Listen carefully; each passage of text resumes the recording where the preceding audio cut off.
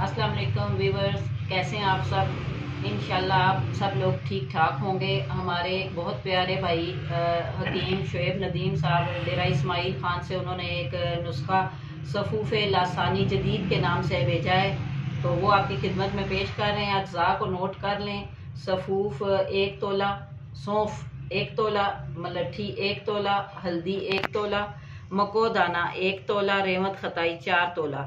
तमाम अज्जा को बारीक पीस कर हम बारीक पीस लें और वज़न कर लें इनको। इसके बाद खल करें। ये बस ये तैयार हैं। इसकी खुराक 1 ता 2 ग्राम हस्बे ज़रूरत हमरा बदरक का मुनासबा दिन में 2 से 3 बार दे सकते हैं। बाज़ अमराज में इसके साथ फ़ी खुराक कुश्ता सांख 2 रत्ती भी शामिल करके दें तो इसकी तासीर बढ़ जाती है।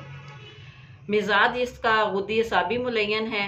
इसके ख्वास में नाक के गदूद, नाक की हड्डी का बढ़ जाना, नज़ला, ज़ुकाम, रेशा, छींकें आना, बंद नज़ला, रेशा लेसदार, खुश्क खांसी, गले की खराबी, तुर्शी तजाबियत के सबब सोजश मैदा वमा, वर्म वमा, पुरानी पेचश, बुखार और राब्ते को नफ़ा करता है। इसके अलावा इमराज नस्वा मसलन सिस्ट का बन जाना, सोजश रहम, वर्म रहम, रहम का टल जाना, हार्मोन्स का अनबैलेंस हो जाना, उसके लिए नहायत मुफीद है। इसके अलावा ज़ोफ़े जिगर के तमाम अमराज में ये नहायत भरोसे की दवा है।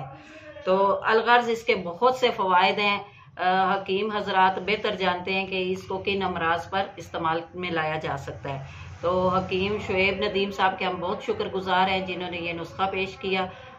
तबीबा बहनें ये नुस्खा लाजमी बनाकर रखें अपने मतब में, क्योंकि ये औरतों के लिए नहायत मुजरब नुस्खा है। तो इसके साथ ही इजाज़त, अल्लाह हाफिज़।